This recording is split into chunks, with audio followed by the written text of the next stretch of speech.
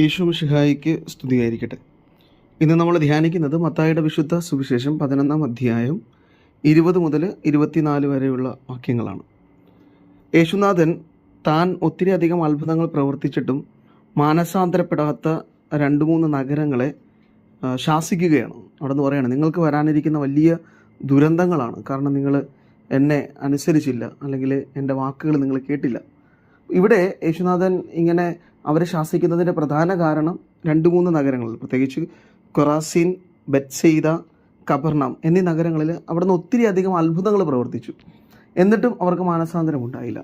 ഈ യേശുനാഥൻ്റെ അത്ഭുതങ്ങളെ നമ്മൾ കാണുന്നത് അവൻ്റെ സ്നേഹപ്രകടനങ്ങളായിട്ടാണ്. അവൻ ശക്തി പ്രകടിപ്പിക്കാനല്ല അത്ഭുതങ്ങൾ പ്രവർത്തിച്ചിരുന്നത്, മറിച്ച് ജനങ്ങൾക്ക് തന്നോടുള്ള സ്നേഹത്തെ, അല്ലെങ്കിൽ തനിക്ക് ജനത്തോടുള്ള സ്നേഹത്തെ കാണിക്കുന്നതിന് വേണ്ടിയാണ് അവിടുന്ന് ഓരോ അത്ഭുതങ്ങളും പ്രവർത്തിച്ചത്. എല്ലാ അത്ഭുത പ്രവൃത്തികളും അവൻ്റെ സ്നേഹത്തിൻ്റെ അതിര് കവിഞ്ഞ പ്രകടനങ്ങളായിരുന്നു.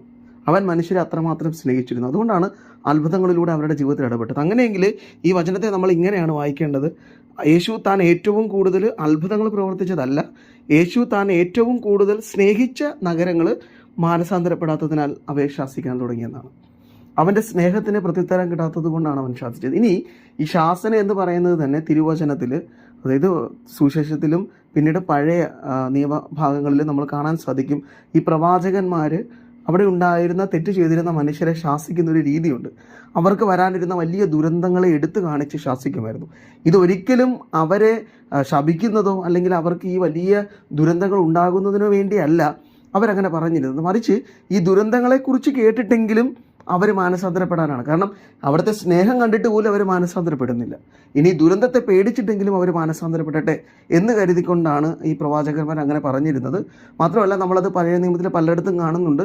ദൈവം ഇങ്ങനെ പ്രവാചകന്മാരിലൂടെ ശാസനം നൽകി അത് ഏറ്റെടുത്ത് മാനസാന്തരം സംഭവിച്ച ജനക്കൂട്ടങ്ങളെയും നഗരങ്ങളെയൊക്കെ ദൈവം പിന്നീട് അനുഗ്രഹിക്കുന്നതും അവിടെ സംഭവിക്കാനിരുന്ന ശാപങ്ങളെ അവിടുന്ന് പിൻവലിച്ചതായും നമ്മൾ കേൾക്കുന്നുണ്ട്.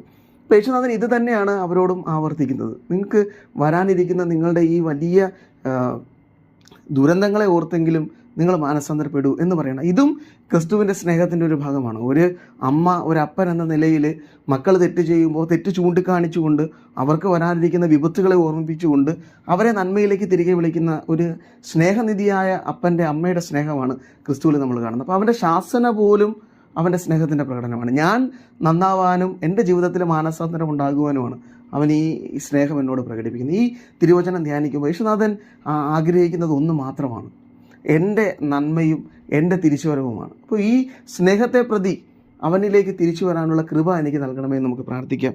യേശുനാഥൻ അതിന് നമ്മെ സഹായിക്കട്ടെ. ആമേൻ.